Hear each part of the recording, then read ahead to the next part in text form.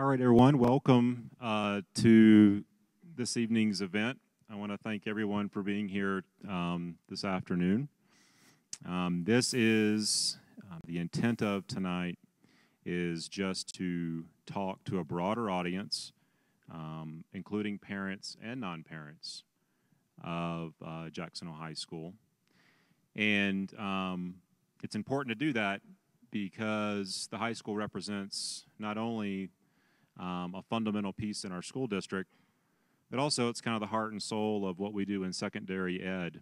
And it's a firm belief of mine that we need to build connections not only with existing parents, but also people who can help our school and, to be frank with you, are vested in our public education system, no matter if they have students in the system or not. Go back one step. My name is Scott Crisp. I'm the principal here at Jackson High School. I've been the principal here since 2008, and I feel like I'm one of the luckiest people in the district to have this position. Love the work, love the district, and most of all, love our kids and teachers. I hope you leave this evening with a little bit better understanding of who we are. There's a couple disclaimers to make. You know, what you're going to hear tonight is not a comprehensive summary of the high school. It's impossible to explain everything we do. But what you will hear tonight is a snapshot of some of the things that represent very much other things that relate to the events you're going to hear about. I'm constantly struggling with doing these type of forms because I don't want to leave anyone out or any program out. The reality is the best that I can do for you this evening in a short amount of time is to give you just kind of a snapshot. And again, the purpose is to develop these over time to not only reach out to existing parents, but to any community member who's interested. You're going to hear several different categories tonight. You're going to hear some on academics, our primary focus, our number one focus. You're going to hear some community outreach examples. You're going to hear about what it looks like from a student's lens in our school. And then you're going to hear some examples of how we support students in a very different way that probably didn't exist in many of the adults in the room when you were in high school. There will be a time for you to meet with me individually when we're finished. I'm happy to meet with anybody individually and have a meeting and a follow-up and dive deeper into the topic if you would like. My door is always open to work with you. So we're going to go ahead and get started.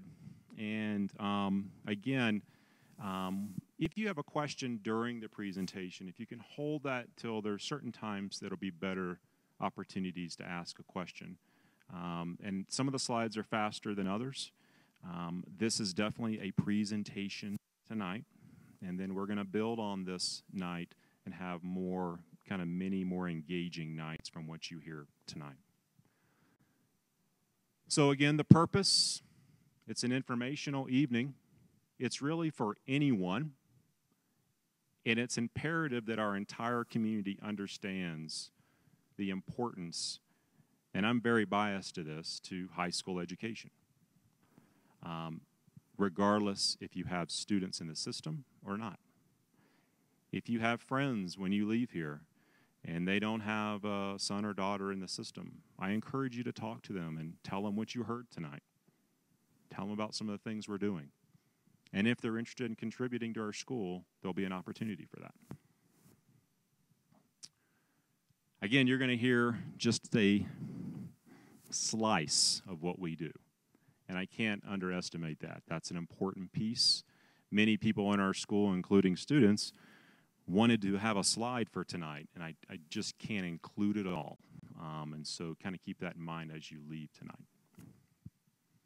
So to be very direct with you, I'm very interested in creating high schools and developing high schools that move with the times and also adjust to what's happening in our world. I don't believe you can have a school that's stagnant and that focuses on doing what we've always done. And I'm very clear with that with our staff. There's no secrets about that. We have to continue to evolve as a school, and we have to continue to rethink how we operate. And you're going to see some examples, again, a few examples of what we do in the school to make sure we're rethinking how we operate. High schools today are not the same school as many of you went to. The program of studies is different, the courses. How they're delivered is different. The opportunities that your kids have in this school are unparalleled. When you talk to other districts facing incredible reductions in budgets, not slight, but incredible, and you look at what we're able to still offer your sons and daughters, it's just an incredible opportunity. I always ask people to kind of Google Earth it sometimes, look down at what we're able to provide, and compare it to what's going on in the country, and you will be amazed. We're also a community, in my mind, that has significant different beliefs on what's important. We might not be the most racially diverse community in the country, but I'll tell you one thing we are. We're a community that has significant different beliefs about what's important, politically, religiously, educationally. That's our school. We wonder why sometimes these things reach the paper or cause tension. That's what makes us strong as a school. We want that diversity as a school. We want those different beliefs. We want that whole economic spectrum. We crave that. And as a school, we need to embrace that. And that's what makes us a school strong. Our school is this. This is who we are right now in terms of people. This looks very different than 15 years ago. We've evolved. We've had some bumps along the road with growth. We're growing right now at a very fast pace, but we're also set up to succeed right now. Our growth at our high school is what we've expected now for 5 or 6 years. We've adjusted to the growth, and every student in this building has the same learning experience as they've had before. We have, that's our grades right now in terms of numbers. Next year, which will be here soon, I know there's some 8th grade parents in here, we'll have a class of 200 freshmen. So in the next 2 years, our total population will probably hover, when the dust settles, around 800. We also have a very educated teaching staff. Very few places in the country will you find that teachers with a master's degree or higher are 58 out of your 61. I just don't think you're going to find that stat. That translates into autonomy. We do give a lot of our instructors within certain parameters to be creative with with students and to allow that academic freedom. And our success shows. We're not perfect, but it's a constant balance between academic freedom and what we are required to do from the state lens. Our demographics, everyone knows, I think, has a good picture of who we are based off ethnicity. That's changed in the last 15 years, as those of you who've been in Teton County a long time understand. And our teaching and our engagement and how we engage kids who maybe don't have a mastery of the English language needs to adjust to that. And so we do that. These are our students. And we do our best with that. We are not perfect, but we do our best to adjust to a changing demographic. If you were teaching at Jackson Hole High School in 1998, that was my first year teaching in this district. I was a rookie teacher, year 1. I wasn't even the first person offered the job. I was the third because the first 2 fell through. And here I am. That's life. Hey. But if you were teaching in that school, which was across the street, it's gone now. It's where Coulter Elementary is. The demographics looked very different. We were maybe 4 or 5% Latino at that point. Maybe. So styles change, cultural acceptance changes, how we operate as a school changes. That's our job in terms of moving. So at the high school, we have very high expectations for graduation. And this is an important point, whether you're a parent or not, because it impacts our community. We have the highest graduation requirements in the state.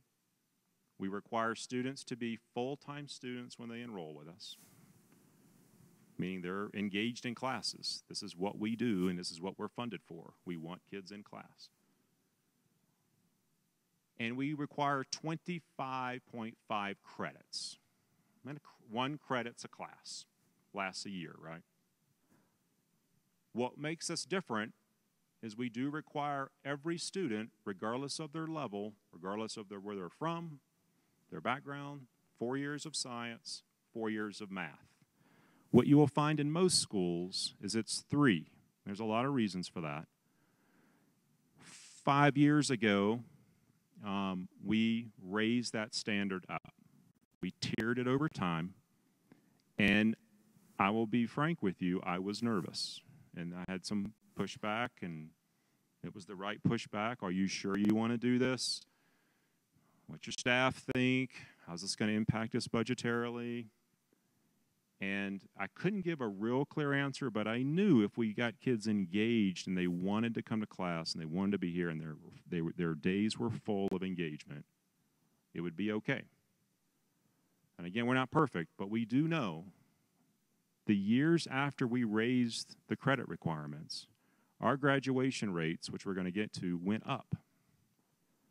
By raising our expectations as a school, which is the highest credit requirements in our county and the state, private and public, our graduation and success on ACT and rates have gone up. And I've thought about that a lot. And I think what it's done, it's made us more accountable. Like, we're tighter. There's less room to move. There's less room to not know every kid because you really have to be on it when you're requiring every year that they're full-time and engaged in core academic classes. There's the gone of the days when I was in school, and a lot of schools still do this. I'm just against it philosophically, where you're out at 11 o'clock your senior year. It doesn't work for us if we really want to prepare kids. And that's a hard conversation we have to have sometimes with parents. Well, my students completed everything. They're still there. They really want to leave at 11. They're seniors. I understand the conversation. But I would ask everyone to look beyond the immediate and next year. We don't want to have learning gaps with kids. That's our rates. They are the highest in the state. This is not a brag session. It's just the facts. Next year, maybe it goes down, and we will explain the rationale behind that. But right now, we feel very strong about our rates. That means a student enters the 9th grade, and they finish on time at the 12th grade. Now, there's debates on whether grad rates are a good thing, a good measurement. Some students may need more time. That's a fact. And if that happens, yes, that negatively impacts this rate, but we just make a note of that, and we still help every student. A lot of our students who need to go to school longer than 4 years, who maybe have a disability or need extra assistance, who want to stay with us because of a lot of reasons in life, that might negatively impact this rate, and we're okay with that. But this gives us a good average of your typical student. Again, coming in as a 9th grader, leaving on time with your cohort is how they phrase it, leaving with that group. So once you come in as a 9th grader, you're in a cohort, and we want you to exit with that cohort according to this metric. But we also know that things happen in life sometimes that are beyond school's control, and we work with that. Next one here. So this is a lot of numbers, and I really struggled putting this one up here because if you're not in the education world or you are just here to learn about our school, or just a community member, which is fantastic, You might look at this and say, what is this? Well, this is our accountability. Schools are about testing, and they're about a lot more. But one thing we do consider is testing. It's not everything. Some states have a much more focus on testing. Some states have a less. And we're kind of in the middle in Wyoming, and we're lucky for that. But the ACT is real for the high school. Our ACT score, that bold line at the bottom, was last year. We tested 159 students in our school. Every junior in our building takes the ACT. Every junior. Whether you've been in the States forever or not, whether you are on grade level or not, no matter how many credits you have, if you're a junior standing, you take the test. So it's a complete average of everyone. The composite on this side of the screen is an average of all the subject areas. A 22.3 is our composite. I believe that we should be around a 24 or 25 school. Now, this is high for the state. It's the highest in the state, except for one school, but they only tested 17 students, so I don't count them. But that's a reality. But I believe we can do better, and we constantly push on that. You're going to hear some things that we're trying in our school to do better. But every student in our building sets an ACT goal their junior year. Every student, we track it for the year until they take the test. Very personalized. I hear a lot about the high school having a reputation of being large and sometimes impersonal. We are a small high school. A big high school is around 2,500 students, which many of you know. We still know all students. I'm very fortunate, again, to work in that kind of environment. That's our trends over the years. Our goal is to be in this area or higher. You can see the state composite average. We should be higher than the state. We are. That's just the expectation here at the high school. So we need to keep that intact. Our math department here has significant higher scores compared to most high schools our size in the state. Just a note on that. Okay. We're an AP school. Many of you know that. We offer more APs than any other school in the state for our size. In fact, sometimes we might offer a few too many because it really kind of drives our schedule sometimes, so we're working on that, but still trying to provide opportunities for students. There's a key point of this slide, you're going to hear it again, is that we're an open enrollment AP school. If you want to take the class, you can take it. We're about equity and access. Every student should have the ability to say, I want to put my toes in that class. You're going to see some numbers in a minute that will show you that. We really work on that. And our district has really supported this. It can be costly, but in my mind, it's the right thing to do because you're giving that student that rigorous course experience. Regardless if they're a straight A student or a student who struggles to make it to school. And that we have the entire spectrum here at the high school. Next one. So this data, just take a minute and look at this slide. It's more than you want to know, but it gives you an idea of kind of where we are with those courses. Our goal is to always increase participation rates in AP courses. So you might be a student who are like, there's no way I'm taking an AP course. I'm taking these courses. I want to maintain my 4.0. That's what I care about. This is it. I'm not going to do it. That's where we come in. We really advocate that the rigor of the transcript is the most important thing, and it is. Putting yourself in those experiences. Put your toes into one course. If you just want to try one, and we have that happening now. We want all students to have that experience. They might not have had the best experience in the past. Maybe it's a new year and they want to give it a shot.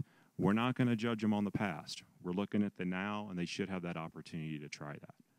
Now, you got to learn some skills in organization. You got to be ready for an increased workload. There are some realities, but we're open access. We're about equity. We have a good trend line with 3+ scores. That's every kid takes a test at the end of an AP course, and you get a score. 5 is the highest, a 3 is passing, and below a 3 is not. So you have some good trends there over the years. We have a lot more students. Those categories down here in the bottom are more about kids who take multiple courses and do well. Those are creeping up slowly. But again, I'm okay sometimes with a kid who's like, I really want to take this class. I'm not a great test taker, but I want to do it for the experience. They might get a 1 or 2. Okay. But I can tell you they're going to be more prepared for the next level by having that experience. We want them to do well. Don't misunderstand, but we also don't want that to be a barrier. Okay? So one thing that's under-discussed in our school is the ability for a student to earn what we call college credit. We have students leaving our building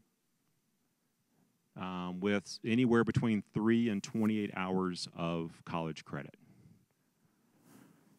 Most college classes at the higher ed level are 3 credits, most, the only average. And that's what they are here if they're what we call a concurrent enrollment class. I don't want to spend a lot of time speaking about what all these words mean, but here's the bottom line. A student who takes a lot of APs and higher level courses has the ability to leave this building for no cost and go into most states and some private schools as a second semester freshman, sometimes a sophomore. And that's a luxury to our kids and parents if it's preparing them. We want to be also careful about taking too many college credits, and sometimes that kid needs to take that introductory class at the college level.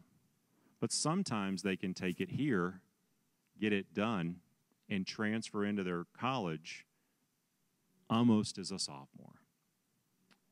Countless kids graduate here every year, come back, and they're done in 3 years, 3.5 years. The other thing it does, too, which is way under-discussed, if you have college credits here and you've done well, it actually provides more flexibility for you. If you say you're at UW, you could do a semester abroad funded by the Cheney International Exchange Program, which is one of the largest in the country. It gives you flexibility to do different things when you're at your higher education school or community college or any post-secondary work. It just gives you flexibility. You're not so tight with credits, and a lot of our students take advantage of that. They might go away abroad for a year. They might do an exchange program. It's harder to do that unless you come into the school with a little bit of credits in the bank. This is our projection right now. It's just some numbers. Sometimes it's not always good to grow, keep growing, but it just gives you an idea of where we are. It could go down next year depending on what students take and enroll in. But the average credit concurrent class here is 3 hours. And most students leave here regardless if they sometimes don't even know it, are earning some college credit. And of course they know it by the time they graduate. Okay. Also, Hathaways in our state, many of you know this and a lot of you don't. Don't forget this. This is an important piece of our state. We are one of the few states left that provide every student who chooses to go to a Wyoming post-secondary school, 2-year or 4-year, free money if they meet a certain GPA and ACT score. We're one of only a few. I know Georgia still does, Wyoming does, there's a few other states. So this is something, too, that I tell all parents, usually at our incoming 9th grade night, which we do in the springtime. Some of your sons and daughters will be like, I want to go to Hawaii, or I'm leaving, or I'm done. Well, I'm going to tell you this. In my experience, since 2008, yes, a lot of students leave the state, and they are very successful. And yes, a lot of students transfer back and want to go to UW. A life happens for a lot of families sometimes, and it's always nice to have this. Don't, I would really consider this. It's a great deal for any student, but I don't want to paint a picture of it's always a last choice. This is a first choice for many of our students, and it's a good one. And we do a UW signing day here in the spring where we bring in reps and students commit to UW. And we have many students who leave our state and do excellent things as well. I just want you to understand the choices that you have in front of you. Okay. This is something that's under talked about, is the importance of involving yourself in something non-academic. So I would say it's low, but I was talking to our AD today. He's like it's around 80, if not higher. So we did 80, and we looked at all of our numbers in the scramble. And we know that about 80% of our kids are involved in something out of class. It helps. It can be one club. You might be a 3-sport athlete. I could have never done that. But we do have those students. So we have a tremendous opportunity, if you're interested as a community member, to engage in these clubs, help us organize that, connect kids with clubs. We almost have so much, it's tough to manage sometimes. But it's great for students, and it's a great opportunity for them to be involved. Okay. So this is our rates right now. This was last year, our graduating class. Again, state of the state, this is what a class looks like right now at Jackson Hole High School. And again, how many stay in the 4-year school? It's tough to figure that out. Once students leave us, it's tough to track their data. There's a lot of services that offer you tracking data, but the student has to opt in. It's not 100% compliance. It's not like we have control of students after they leave all the time with data. But we do know where students get accepted in, and we do know what their first choice is and where they go. It's harder to kind of see that trend line after 2 or 3 years. And that's just a thing that high schools struggle with. We get the question a lot, how do you know how successful your students are after 4 years? And my answer is, it's hard. I mean, think about developmentally between 18 and 22, 23. I think we all remember those days. So, I mean, what happens is tough for us. Doesn't mean we don't try. It's just tough to have that data. Okay? So this is an important piece, too, because this takes us out of Wyoming. And a lot of people debate rankings. I actually am not a big fan of rankings because they take some pretty objective data and they lose the subjective piece of schools. However, it's important for us to have these metrics. We do have a national ranking. It's a private publishing company, U.S. News. You've probably heard of it. We're rated very high according to their rankings. Their rankings are based off AP participation and our state accountability test, which is the ACT. And do our economically disadvantaged students do better than their peers in the state? That's their 3 criteria. And we're ranked very high and strong according to their rubrics. But what's more important compared to the top tier, but the bottom tier, I wanted you to see how we rank. These are all public schools and charter in America. So you kind of get an idea of where we are according to this rubric nationally. Okay? And I'm very proud of that. It is a stat. It's important for you to know in the room. You don't have to agree with the ranking system, but you should know what this ranking system means if your son or daughters go to this school. It's an important piece. So we're going to transition. Before we transition into the Students' Day, I'd like to I'm open to take a couple questions, just a couple, if the crowd would like to just clarify anything that has been brought up or would like to add anything to what I've spoken of before we move on. Yes?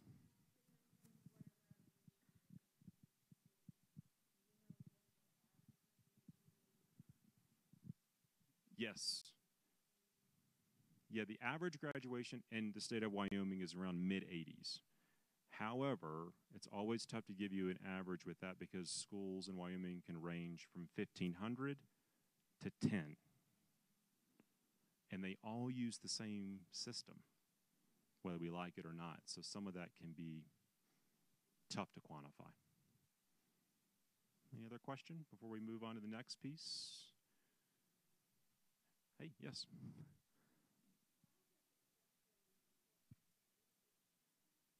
So weighted grades. Did everybody hear that? Who's heard of weighted grades? Raise your hand. Okay, weighted grades. Great question. We have in the past. When I first started teaching here, we weighted AP classes. What that means is, like if you take an AP class, as opposed to it being 4 points, it's 5 points to calculate your GPA. So essentially, it boosts your GPA. One thing that has changed at the state level for Hathaway scholarships, AP classes this year will be weighted, in addition to concurrent enrollment classes for Hathaway. So your son or daughters will have 2 GPAs on their transcripts. They're going to have a weighted GPA for Wyoming Hathaway, and then they're going to have a normal GPA for wherever else. And the reason I say that wherever else is most states re-weight back to a 4.0 scale. You know, if you're going to University of Oregon or Oregon State or somewhere out of state, it's a 4.0 scale. So they're going to see both on the transcript moving forward from this year on. And if your son or daughter is a senior, it will be retroactive for the last 3 years of their schooling. Next one. So this is a kid's day, and this is kind of a busy graphic, but it's an important one if you understand how. I'm going to go back to how we started on rethinking schools. Now we're going to get into the kid's day and how things are a little different than when we went to school. Some students here are enrolling in what we call a blended environment. And you've heard that word blended maybe a lot on the news or media or education. I'm going to speak to it at the high school level and what's going on here in our 3rd year. We know that we cannot assume that every kid needs the same amount of time in every class, regardless of the level of the class. That's an industrial model where you go to the same amount of time for every class, no matter what the level. And you go to the same amount of time regardless if you're really good in math and really bad at history. You still go to the same amount of time. That's most high schools. And that's fine. There's a need for that system. And we have that system here. But what we also have here is a parallel system where we're going to give kids a little bit of choice. And in that choice, they're going to be able to control a little bit of where they go to study based off their success in the class. This picture up here, the top layer, kind of walks you through what a kid's week might look like. They might go to a class and have a traditional teacher-led instruction class. And maybe the next day's teacher-led.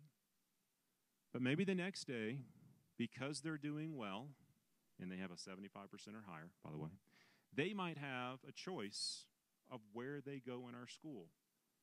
They might go to a newly designed library. They might go to a learning hub. They might go to a lounge area if they're doing well. And then they go back to their teacher-led instruction, and then maybe they have another opportunity to go to a different place in our school. We know that if we create these courses correctly and kids can pace ahead or slow down and get more help if they need it, this is the right system. We're giving kids control over their pace, their place, and their location. Kids still take the same assessments as in a traditional class. Kids still complete the same Wyoming state standards. We're just giving them the opportunity to have a little bit more control. If you're struggling in that class, Now, if you look at the bottom one, during that day where some students opt to go to a social area or the library to study on their own because they're doing well and maybe they need to focus more on math, the students down here stay in class, get that small group instructional help, get that one-on-one help from the teacher that they normally couldn't provide during the day. Now I can huddle up 6 or 7 students who maybe need that extra support. Again, choice, pace, place, time. That's the blended model, and it's about good teaching. It's not about staring at laptops, because you've got to be a great teacher to pull that off, and you've got to be an excellent planner too. Next one. Traditional approach, a blended approach kind of gives you a comparison between the two.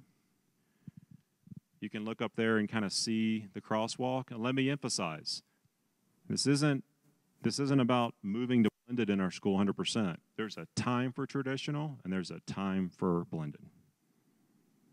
And our staff are very clear on that.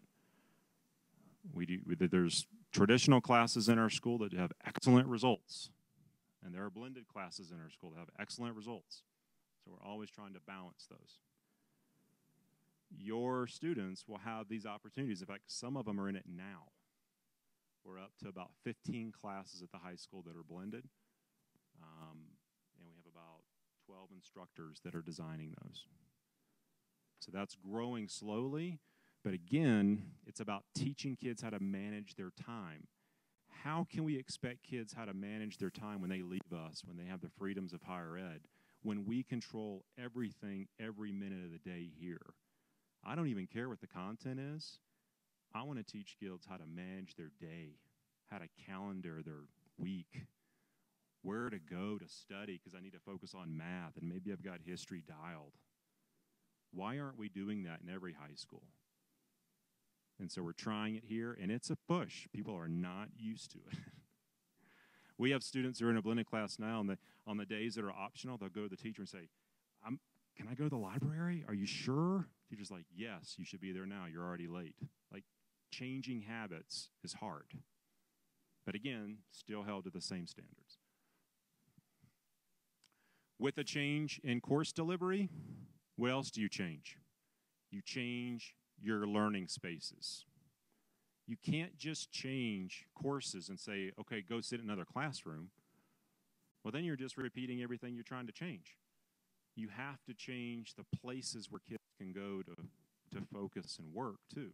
We've spent the past 2 years redesigning our library to provide private kind of study hubs. Thank you, Teton County Library, for their work and helping us figure that out.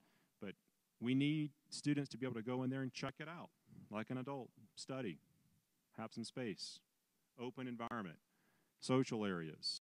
As long as you're on task, you get privileges. You can have more freedoms. But that's part of growing up, and that's what's going to happen after they leave us as well. So we've changed our learning spaces to adjust to the blended model. We've changed our classroom environments in the past 2 years. We're very student-centered and student-focused. Yes, we still have rooms and rows. Yes, there's a time for that. But there's also a time for much more collaborative approach to teaching. I have 2 foreign language classes now that don't have desks anymore. It's the highest engagement classes in our school right now.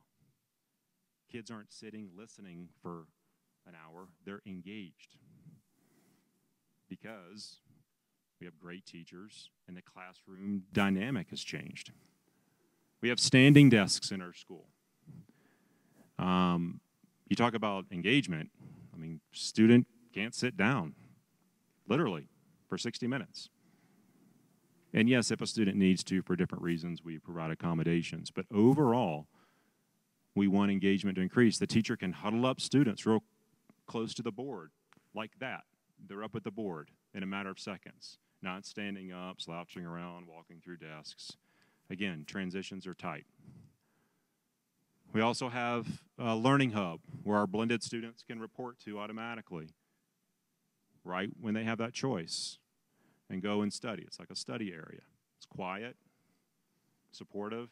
We have someone there to help them with their studies.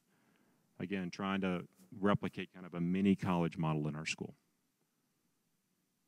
We've redesigned spaces in our school too. Lockers on the left are definitely trending to be a thing of the past. Yes, we have students who still want a locker, and yes, we will still assign them one if they really want one. But overall, the use of lockers has definitely gone down. Being a one-to-one school with MacBook computers, with a lot of digital materials, I know there's debates on screen time and digital access. The reality is that's where we are, and we have to learn how to balance screen time with face-to-face, and we're doing that. But the use of lockers to store things is going down. So we need to use our footprint. This is what our downstairs looked like 6 years ago, and we retrofitted it and have 2 learning spaces downstairs now. We took the lockers out, made it into 2 classrooms. It's now our maker space, which is our digital fabrication lab you might have heard of, which we're going to look at in a minute. But all these things, again, modernizing our school is what we're about. Our daily schedule is different. Kids rotate through the day. You're going to look at that. That is not a puzzle.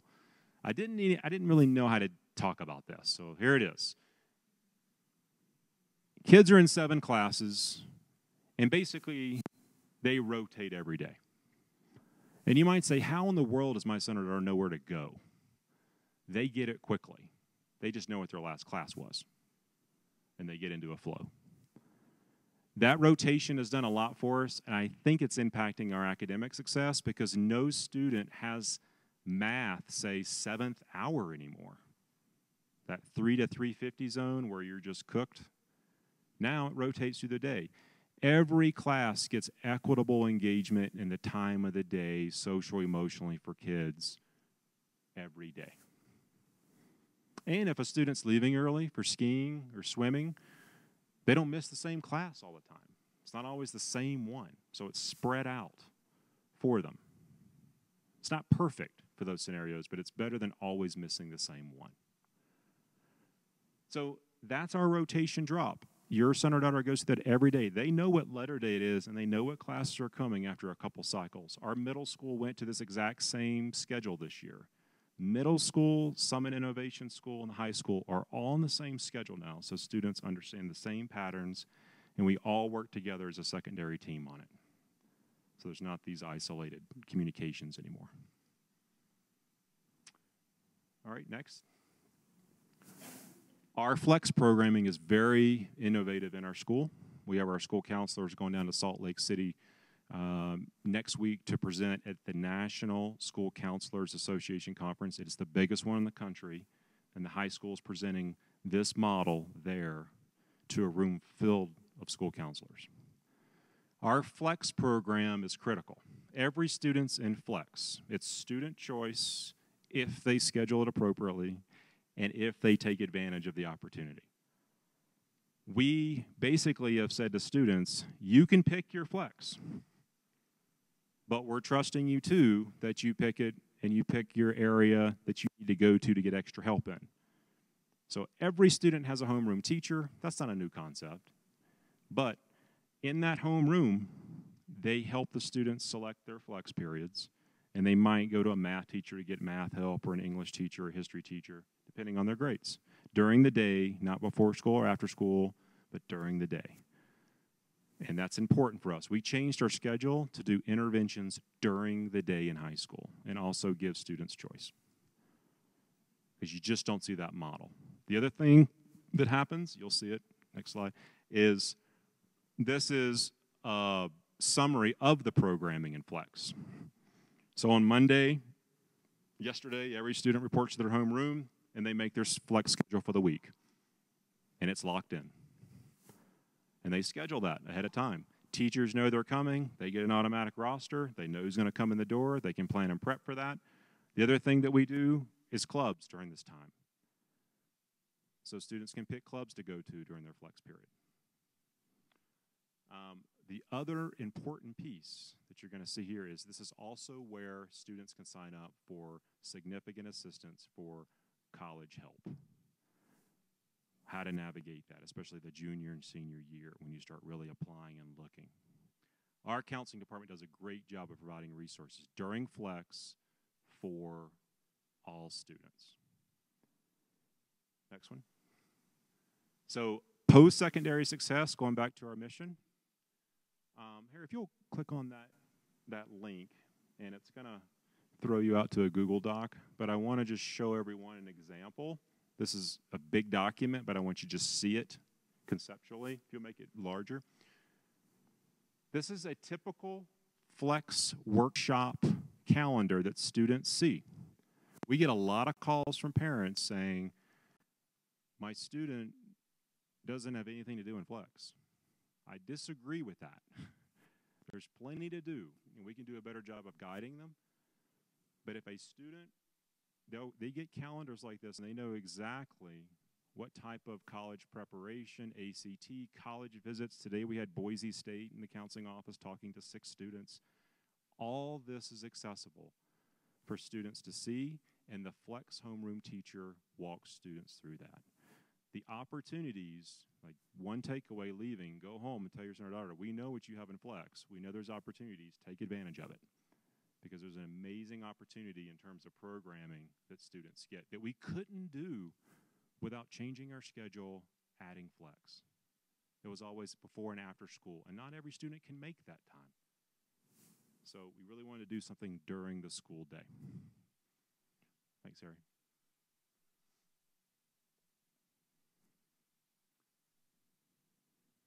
So we also support students in many different ways, from college tours. This past weekend, we just took 40 students to UW. We took them to Riverton. We took them to Casper College.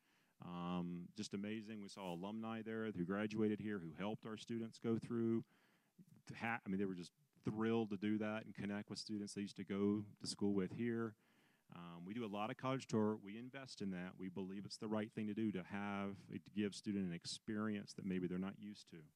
And yes, they are local. I know many of you go out of state in different places, but it's imperative for us to provide what we can. Boise State was here today. That actually was taken today. A rep came, an admissions counselor, spoke with students. Again, students can sign up. We have basically one a week. A rep will come from schools all across the country, from Middlebury to the Naval Academy to Oregon to UW, and they come to our school. Got some pictures from last 4 or 5 days ago in UW. So it's a pretty recent picture in terms of an orientation we took students to. We also tap into community members. Many of you in the room I know have helped, who come in and work with our students, help students write college essays, Q&A, bring their life experience, work with kids one-on-one and say, it's just somebody neutral for the students, so sometimes they respond to that, and we really want to tap into that resource. So when you signed in today, if you wrote that you want to contribute and you want to get back with me on, hey, I'd really like to maybe help your college counseling department, we would welcome that. So other community engagement pieces that we do, that you might have seen this on the Village Road, this moose. So our Fab Lab designed this, our digital fabrication lab, going back to a redesign in our school, where it's a STEM program that is really a project-based program where students define a problem and then they solve it. They try to. And even if they fail, the process is worth it. So that in the top center is they wanted to design some reflector sort of safety for wildlife that weren't the same black images that you see on the roadsides, especially off 22 in the Village Road. So that's an actual picture of it at night with lights on it. So it really jumps out. Again, it's cool, it's neat, it's about the student learning though. So always go back to that. So now we face kind of a disruptive problem. We have many homeowners associations now that are contacting us and saying, we want some in our neighborhood. And then our teacher, Mrs. Smith's emailing me, are we liable if we mess it up? I'm like, I don't know the answers to these questions, but they're great. Let's do it. You know, if we're having these questions, that means something good's going on. You know, we're pushing it, and we're doing something different. We should be the leaders of that in Teton County. So on the left, same thing, a Fab Lab project. And the reason I showcase this is because this requires community partners. We partner with Subaru, we partner with Grand Teton Park, all around recycling. And it really came from data from park officials, not us. And they reached out to us, and we helped them out the best we can. And it's hanging in our front hallway as well if you want to see the recycling project. So a couple other examples of community engagement. Other examples, again, we reach out to the Wind River Reservation a lot. We have 2 groups working there right now, our Key Club, and we also have a robotics team working in the Wind River Reservation. Next. The robotics team is interesting. On the left here, they're actually working with another school on the reservation to help them develop a robotics club themselves so they can compete in the regional tournament in Salt Lake City, which is this huge robotics, crazy environment. I went and saw them a couple times, and I don't think I've ever been to anything like it before in my life. If you've got to go to a robotics competition if you've never done that. Even if you don't know what I'm talking about right now, go to a robotics competition because they are wild. But again, reaching out to other students is imperative, and we're doing that with other districts. Our robotics team also partners with a ton of local engineers. They come to our school, are working here from 5 to 7 sometimes, or 4 to 6. Again, mentors with students makes a big difference. And of course, one of our biggest is our scholarship night. Many of you don't know about this, many of you know about it, but we have significant partners who provide significant financial assistance to students. This is all students in Teton County. Community school students, Journey School students, high school students, Christian school students. We host the Teton County Scholarship here. We're very proud of that, but we represent all schools during that night because it's about students and financial assistance. That's the meaning of that night, and we have significant partners that help us with that. We also held the first Career Expo last year, an amazing event that brought in people from around our community to help students understand about the workforce, internships, employers showed up. Thank you, Sandy, she left already. Over 800 students were here, including middle school students, to get them thinking slowly about what's out there. An entire day dedicated to reaching out to community partners. And another community engagement event, which all of you are invited to participate in, is our alumni. Wherever you went to school, we ask you come and you represent your school. And you set up a table and you talk about your experience with students as they walk through different tables, and they get to hear from you, the person who went to the school. And that alumni fair is a significant thing for our building. It's been going on for years. A former counselor, Julie Stainer, started the program years ago, and it's just really been a nice addition.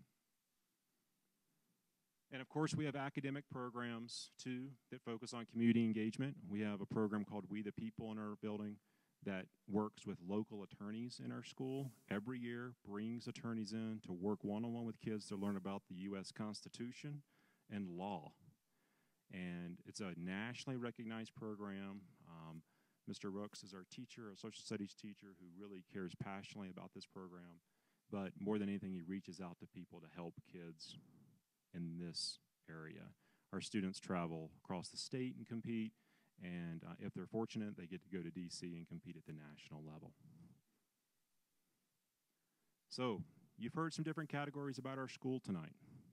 And I know many of you might have questions or lingering thoughts and feedback.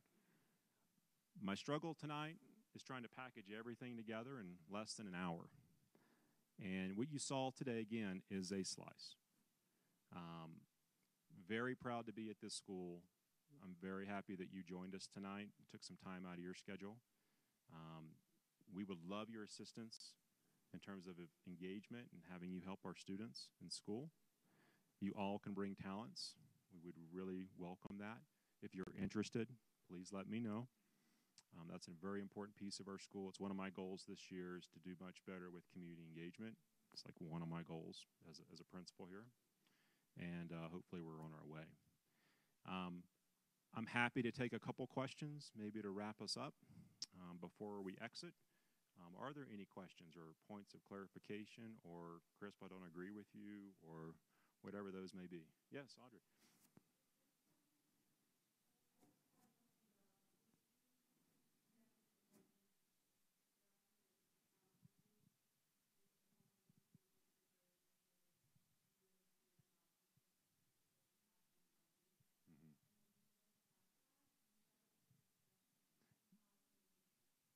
Yes, so second year of this.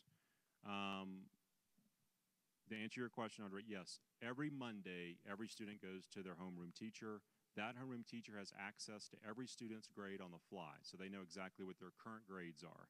When they schedule their week, if they have a low grade, preferably, F or a D grade, that becomes the focus and the scheduling first.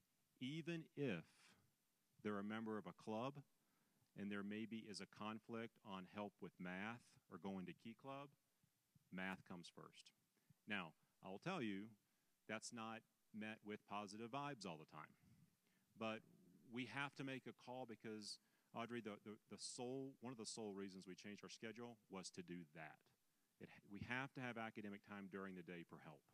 All levels, from Calc to Algebra 1, regardless of it. And, I'm sorry, the clarification on the academic help. Departments throughout our school create a flex schedule. They work as a team. So, for example, let's say I have 2 teachers teach Algebra 2. One of them might be the Algebra 2 help for that day. Might not be both, but at least they have the content knowledge to help that student if they need assistance. So they spread themselves out in their department and offer flex times to maximize student opportunities. We did run into some issues last year where sometimes a slot was maybe full. We ran out of slots. In other words, let's say a student needed help in U.S. history and it wasn't offered that day, but the kid really needed that at that time.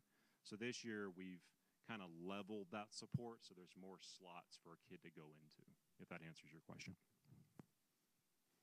Other questions? Yes?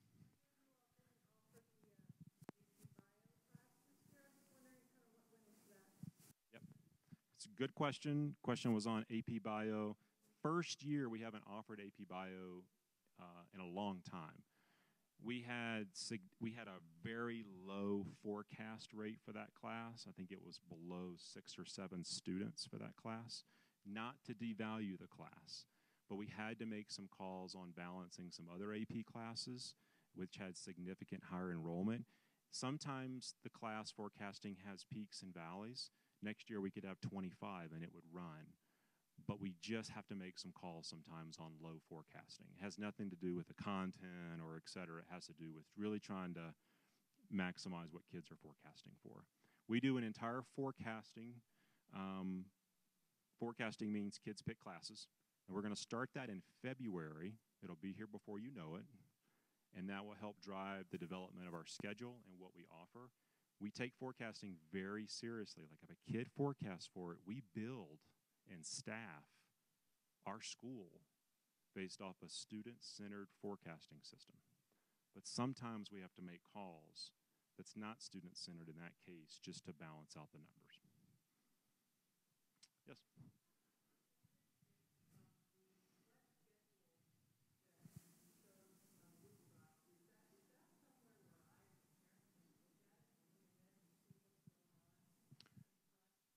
Mm-hmm.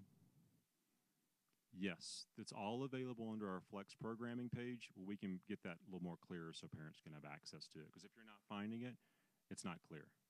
So we'll get that clear. It is a Google Doc, but it's linked on our school counseling page and Flex page. But what we'll do is a better job on making sure that's clear. I don't want you having to click through all these pages to find it. It should be pretty accessible for you. Mm-hmm. Other questions? Yes. Mm-hmm.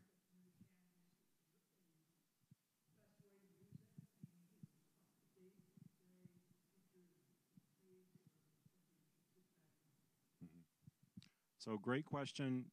How many of you have heard of Canvas? Okay, Canvas is what we call our learning management system.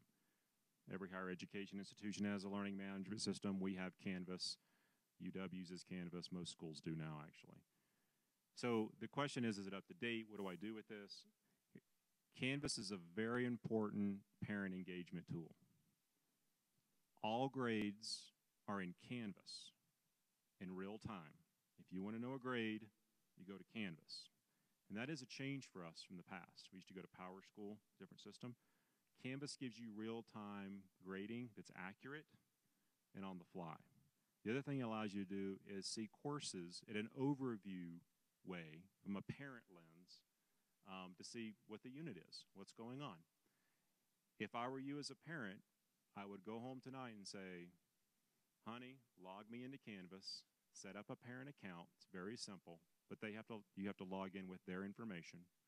And then you have updates on grades if you choose to do that. Some parents don't want grade updates, though. So it depends on your value system and where you are. But Canvas is a very important tool to answer your question. I would be highly engaged in it so you can see what's happening. Other questions? You guys are doing great staying awake. I appreciate it. Just sit and get tonight. It's all I got, you know. All right. Well, thank you very much for coming. I'm going to, we have this videoed and streamed. This will be sent out as well to others who couldn't make it, including yourself. And we'll also send out a follow-up summary of tonight, too, on some big points that were discussed. So thank you very much. Have a great evening.